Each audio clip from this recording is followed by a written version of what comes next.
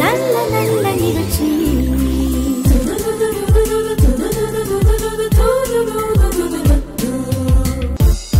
வந்தாச்சு வந்தாச்சு பாலர் சங்க பேக்கேஜ், பாட்டு நாடகம் இன்றும் உண்டு. சந்தோஷமா வாங்க, உற்சாகமா வாழ. சந்தோஷமா வாங்க, உற்சாகமா வாழ. ஜாலி ஜாலி ராஹோலி ஆகலாம், jolly jolly jolly. Jolly jolly ராஹோலி ஆகலாம், ஜாலி ஜாலி ஜாலி. ஆஹா ஜாலி.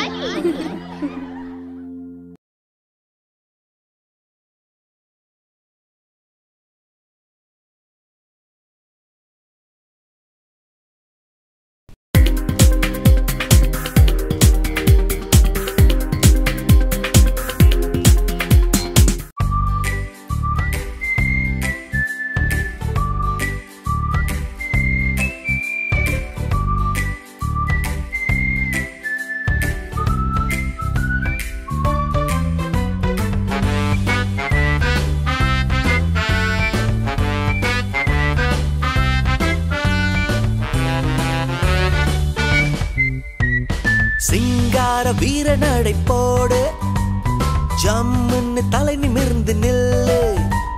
பவர்ஃபுல்லான ஜீசஸ் உன்னிலே வந்தால் நம்பர் 1 ஹீரோ நீதான், நம்பர் 1 ஹீரோ நீதான். சிங்கார வீர நடை போடு, ஜம்முன்னு தலை நிமிர்ந்து நில்லு. பவர்ஃபுல்லான ஜீசஸ் உன்னிலே வந்தால் நம்பர் 1 ஹீரோ நீதான், நம்பர் 1 ஹீரோ நீதான்.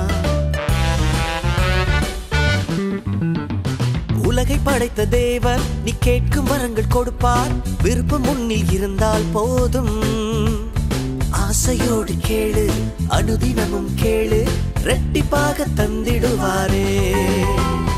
உலகை படைத்த தேவன் நீ கேட்கும் வரங்கள் கொடுப்பார். விருப்பம் முன்னில் இருந்தால் போதும். ஆசையோடு கேளு, அனுதினமும் கேளு, ரெட்டிப்பாக தந்திடுவாரே.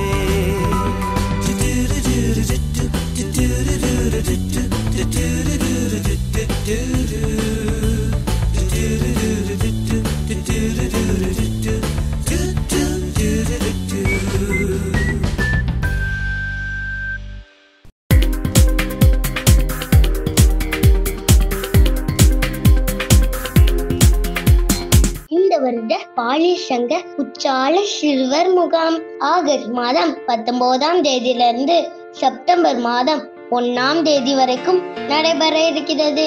இயேசுவை அறிந்து கொள்ள தாகத்தோடு வருகிற பிள்ளைகளுக்கு இயேசுவை அறிந்து கொள்ளவும், வயிறார சாப்பாடு கொடுக்கவும் எங்களுக்கு உதவிகரம் நீட்ட முன்வருவீங்களா? இந்த முகாமுக்காக ஜெபிக்கிற உங்களை கர்த்தர் ஆசீர்வதிப்பார். வணக்கம்.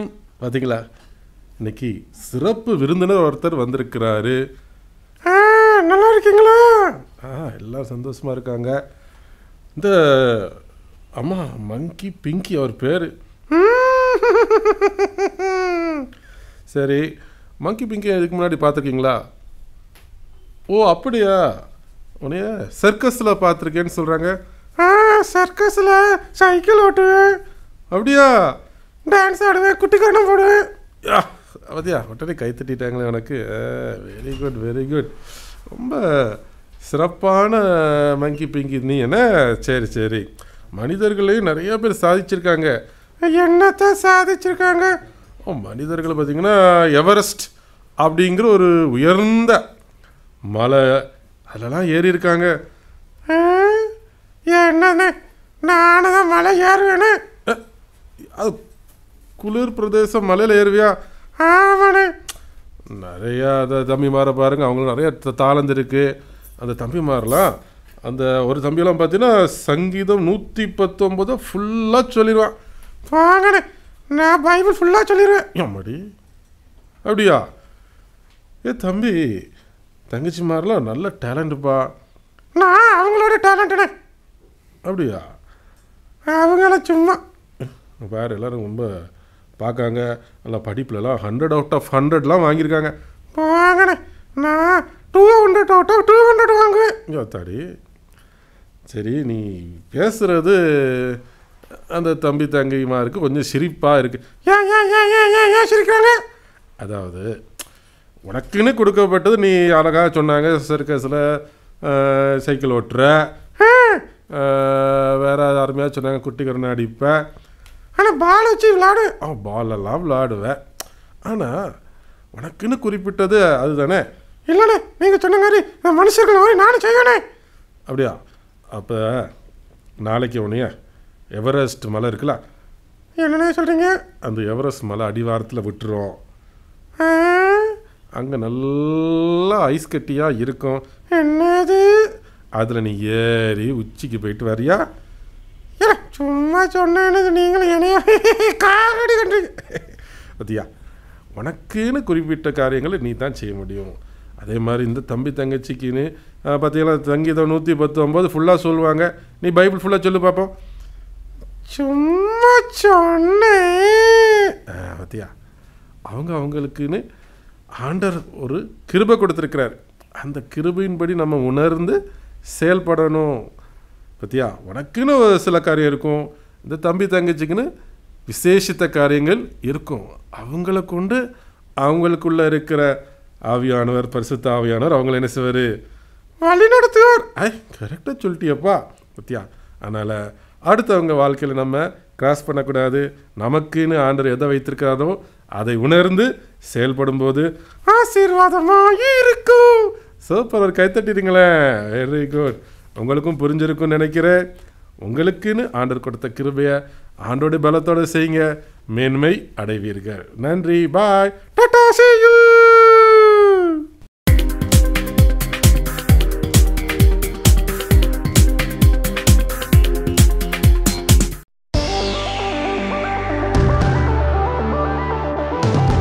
ரொம்ப ரொம்ப வருஷத்துக்கு முன்னாடி திருநெல்வேலி மாவட்டம் வடலி விலையில் நடந்த ஒரு சம்பவம்.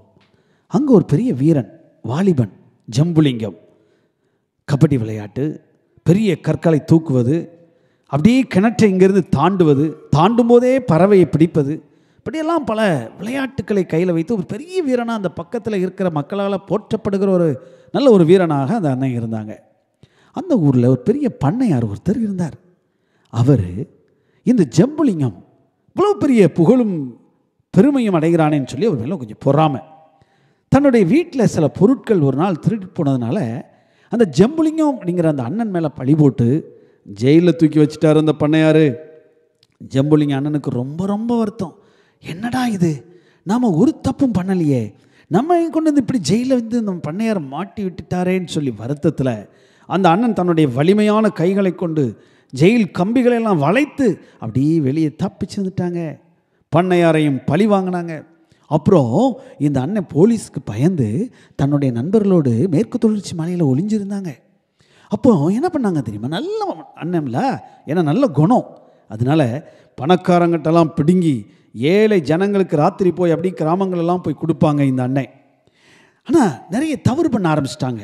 ஏன்னா கொள்ளையடிப்பது, பிறரை அடிப்பது தவறு தானே. அதனால் இந்த அண்ணன் போலீஸால் தேடப்பட்ட ஒரு மிகப்பெரிய குற்றவாளியாக மாறிட்டாங்க. இந்த நேரத்தில் அவங்க மனைவியும் இறந்தாங்க. அதனால் ஊருக்குள்ளே வர முடியாத ஒரு சூழ்நிலையில் இந்த அண்ணன் இருக்கும்போது, ஐயோ ஜம்புலிங்கத்தை போலீஸ் தேடியது வலை வீசி அப்படியே மணலை அரிச்ச மாதிரி மலையிலலாம் தேடி போகுது. ஆனால் அந்த அண்ணனை பிடிக்க முடியலை. இந்த காலகட்டத்தில் தான் அந்த பக்கத்தில் நல்ல ஊழியம் செஞ்சுட்டு இருந்த எமி கார்மைக்கல் அம்மையார் அழகா தன்னுடைய வில்வண்டியில் ஏறி புறப்படட்டும் மேற்கு தொடர்ச்சி மலைக்கு. அந்த கொள்ளைக்காரன் சொல்கிறாங்கல்ல, அந்த ஜம்புலிங்கத்தை நம்ம பார்க்கணும். அம்மா, ஐயோ அது ஆபத்தான விஷயமாச்சே, போ நான் சொல்கிறேன்ல. வண்டியை மாடுகளை விரட்ட வண்டி போய்கொண்டே இருந்தது. கஷ்டப்பட்டு தேடி ஐயோ அந்த ஜம்புலிங்க அண்ணனை கண்டுபிடிச்சிட்டாங்க பாருங்கள். முதலாவது அந்த ஜம்புலிங்க அண்ணன் எமி கார்மைக்கல் அம்மையாரை பார்த்ததும் வித்தியாசமாக பார்த்தாங்க. ஆனால் கிட்ட வந்து பேசுகிறாங்க, அம்மா நீங்கள் இந்த பக்கம் எதுக்கு வந்தீங்க? அந்த அம்மா ஜம்புலிங்க அண்ணன்ட்ட ரொம்ப அன்பாக பேசுனாங்க. நீ இப்படி காட்டில் வாழக்கூடாதுப்பா, நீ ஊரில் இருக்கணும். இல்லை, நான் செய்யாத தவறை என் மேலே சுமத்திட்டாங்க, அதனால் நான் இப்படி தான் வாழணும். போலீஸ் என்னை தேடுது, என்னை தேடி கண்டுபிடிச்சிட்டாங்கன்னு என்னை கொன்றுவாங்க. இப்படிப்பட்ட நேரத்தில் தான் ஆண்டவருடைய அன்பை சொல்லி சொல்லி சொல்லி ஒரு நாள் இந்த ஜம்புலிங்க அண்ணன் இயேசு கிறிஸ்துவை ஏற்றுக்கொண்டு பாவத்திலிருந்து விடுதலை பெற்றாங்க, ஞானஸ்நானம் பெற்றாங்க. ஜம்புலிங்கம், எப்படியாவது நீ சரணடைஞ்சிருப்பா, உனக்கு தண்டனை குறைச்சிருவாங்க. இப்படிப்பட்ட காலகட்டத்தில் தான் அந்த ஜம்புலிங்க அண்ணன் பாவம் மன்னிப்பை பெற்று ஒரு நாள் நண்பர்களோடு போகும்போது போலீஸ் கிட்ட நெருங்கிட்டு நண்பனை போலீஸ் சுட்டுட்டு, ஆனால் அந்த ஜம்புலிங்க அண்ணன் இல்லை, என் நண்பனை சுட்டு கொண்டுட்டாங்க, என்ன சுட்டு கொள்ளக்கூடாது, நான் ஒரு கோழை அல்ல அப்படின்னு ஓடிக்கொண்டு இந்த ஜம்புலிங்க அண்ணன் திரும்பி வந்தாங்க. நான் கடவுளுடைய பிள்ளை தான், ஆனால் நான் சரணடைய வரும்பொழுது இப்படி நீ என் நண்பனை சுட்டு விட்டாங்க, அதனால் என்னை சுடு அப்படி தன்னுடைய சட்டையெல்லாம் கலட்டி நெஞ்சை நிமிர்ந்து கொடுத்தாங்க. ஜம்புலிங்க அண்ணனை போலீஸ் சுட்டது. ஆனால் அந்த அண்ணன் ஒரு பாவி அல்ல, ஒரு கொள்ளைக்காரனா அல்ல, ஒரு அக்கிரமக்காரனா அல்ல. எமி கார்மைக்கல் அம்மையார் மூலமாக பாவ மன்னிப்பை பெற்று பரலோகம் பாக்கியம் பெற்ற ஒரு நல்ல அண்ணனா மறித்து போனாங்க. பார்த்தீங்களா, பாவத்திலிருந்து விடுதலை என்பது நமக்கு நிம்மதி கொடுக்கிறது, நன்மை கொடுக்கிறது, சந்தோஷத்தை கொடுக்கிறது. நீங்கள் சிந்தித்து பாருங்கள், பாவத்திலிருந்து விடுதலை பெற்று விட்டீர்களா? நன்மையான வாழ்வை குடும்பத்தில் பெற்று சந்தோஷமாயிருங்கள். கர்த்தர் நம்மை ஆசீர்வதிப்பார்.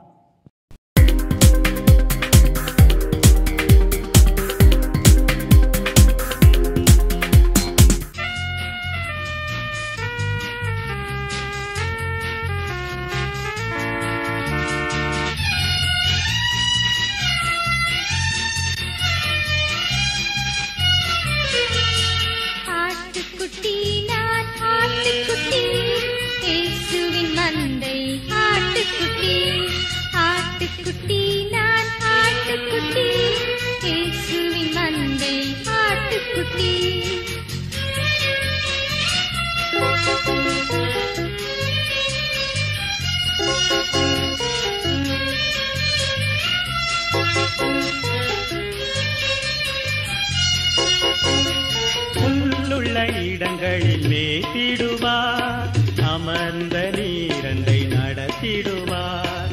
புல்லுள்ள இடங்களில் மேத்திடுவார், அமர்ந்த நீரண்டை நடத்திடுவார்.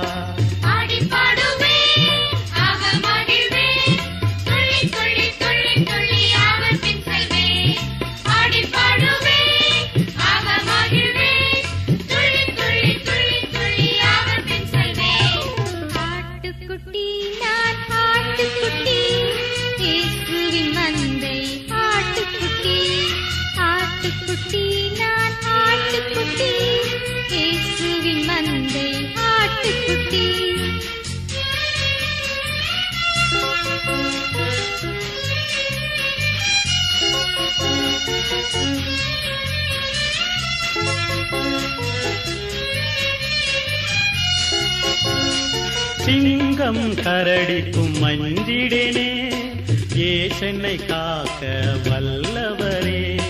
சிங்கம் கரடிக்கும் மஞ்சிடனே, ஏசென்னை காக்க வல்லவரே.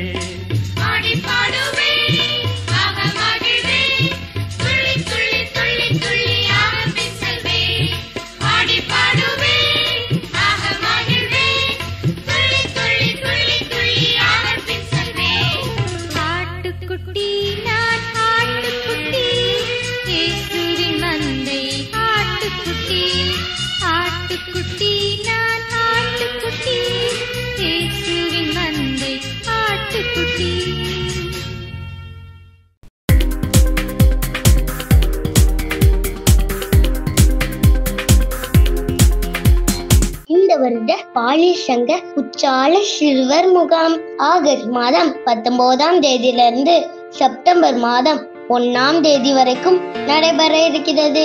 இயேசுவை அறிந்து கொள்ள தாகத்தோடு வருகிற பிள்ளைகளுக்கு இயேசுவை அறிந்து கொள்ளவும் வயிறார சாப்பாடு கொடுக்கவும் எங்களுக்கு உதவிகரம் நீட்ட முன்வருவீங்களா? இந்த முகாமுக்காக ஜெபிக்கிற உங்களை கர்த்தர் ஆசீர்வதிப்பார்.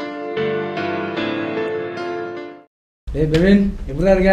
நல்லா இருக்கு. நீ எப்படி இருக்க? நல்லா இருக்கேன்டா. நேத்து நம்ம அந்த ஹோட்டல் சாப்பிட தெரியுமா? ஆமா. அதுக்கு காசு வந்து எங்க அப்பா சட்ட பையில தான் காசு எடுத்துட்டு வந்தேன். அப்படியா? எங்க அப்பா கண்டுபிடிக்கவே இல்லை. எங்க அம்மாவுக்கும் காலையில எங்க அப்பாவுக்கும் சண்டை, சட்ட பையில இருந்து யாரு காசு எடுத்தான்ட்டு. டேய், உங்க அம்மா மாட்டி விட்டு வந்துட்டியாடா? ஏய், நேத்து மறுபடியும் நான் என் செல்ல அப்பா செல்ல எடுத்து பார்த்துட்டு இருந்தேன். பார்த்துக்கோ, திடீர்னு ஒரு மெசேஜ் வந்துச்சு. என்ன மெசேஜ் பார்த்தா, நம்ம காலேஜ்ல இருந்து பிரின்சிபல் என்னை பத்தி கம்ப்ளைண்ட் பண்ணிருக்காரு. காலேஜ்ல இருந்து? ஆமாடா, நான் உடனே என்ன பண்ண தெரியுமா, அப்பாவுக்கு தெரியாம ஹெல்ப் பண்ணி விட்டேன். டேய் பண்ணியா? நம்மள யாரு தப்பனா கண்டுபிடிக்க முடியுமா? இப்படி கண்டுபிடிக்க முடியாது, நம்ம எவ்வளவு பெரிய ஆளு. ஆமா. யாரு? உங்க அப்பாவுக்கு தெரியாது என்ன? நீ செஞ்சதை யாரும் பார்க்கலான்னு நினைக்கிறேன் என்ன? தம்பி, உலகத்தில் நம்ம பேசுறது நடக்கிறதெல்லாம் யாரும் கவனிக்கலன்னு நினைக்காதீங்க. ஒரு சம்பவத்தை உங்களுக்கு காமிக்கவா? அங்கே பாருங்க. Sir, good morning sir. ஆமாம், உடம்புக்கு இப்போ பரவாயில்ல சார். ஆமாம், நீங்கள் அங்கே பாருங்கள் சார். நான் இன்னைக்கு இந்த இன்டர்வியூ வந்திருக்காங்க. அப்புறம் ஒரு 5 நிமிஷம் நம்முடைய ஸ்டாஃபுக்கு கொஞ்சம் ஒரு அனௌன்ஸ்மெண்ட் இருக்குது, அதை முடிச்சுட்டு வந்துருந்தேன். ஆல்ரெடி எல்லாமே ஆனில் தான் இருக்குது, அது பார்த்துக்கலாம். ஆமாம், டைம் வேஸ்ட் பண்ண மாட்டேன் சார். பெஸ்ட்டாக ஒரு ஆள் எடுக்கணும், அவ்வளோதானே சார். கரெக்டாக எடுத்துருவோம். Thank you sir. வரேன். நன்றி நன்றி. எப்பா நல்ல வேலை, காலையிலே வந்துட்டோம். இந்த வேலையாவது நமக்கு கிடச்சுன்னா ரொம்ப சந்தோஷமாக இருக்கும். நம்ம வீட்டில் இருக்க கஷ்டம் எல்லாம் மாறும். ஏசப்பா, இந்த வேலையாக கிடைக்க நீங்கள் உதவி செய்யுங்க ஏசப்பா. சார், என்ன இன்டர்வியூக்கு வந்திருக்கீங்களா? ஆமாம், காலையிலே வந்திருக்கேன், வெயிட் பண்ணிட்டு இருக்கேன். சரி, நீங்க? நானும், எனக்கு வேலை இல்லைல்ல, இதே வேலை தான் அலைஞ்சிட்டு இருக்கேன். அப்போ நீங்களும் இன்டர்வியூக்கு தானா? ஆமா, இன்னும் 4 இன்டர்வியூ இருக்கு. என்னது, இன்டர்வியூக்கு வந்திருக்கீங்களா? ஆமா sir. Very good very good. நானும் இன்டர்வியூக்கு தான் வந்திருக்கேன். ஆனா எனக்கு வேலை கிடைச்சிருமே, பயங்கர ரெக்கமெண்ட்ல வந்திருக்கேன். அதனாலதான் நான் எதுவுமே கொண்டு வரல. நீங்களாம் போயிடலாம். எனக்கு தான் வேலை நிச்சயமா தருவாங்க. எங்க தாத்தா கூட பிறந்த தாத்தாவுக்கு, சித்தப்பாக்கு, பெரியப்பாவுக்கு மாமன் பையன் தான் மேனேஜர்யா. அவ தெரிஞ்சவங்களா? போ சொந்தக்கார. இவ்வளவு பெரிய சொந்தத்தை சொல்லி நீ தெரிஞ்சவங்களா? ஹலோ, ஆமா ஆமா வந்துட்டேன், இங்கதான் நிக்கிறேன். ஆமா, இன்டர்வியூக்கு வந்திருக்கீங்களா? ஆமா சார், வணக்கம். வாங்க வாங்க வாங்க. உங்களுக்கு எக்ஸ்பீரியன்ஸ் எதுவும் இருக்கா? போயிட்டு வாங்க. என்ன செலக்ட் பண்ணிட்டாங்க சார்? செலக்ட் பண்ணிட்டாங்களாப்பா?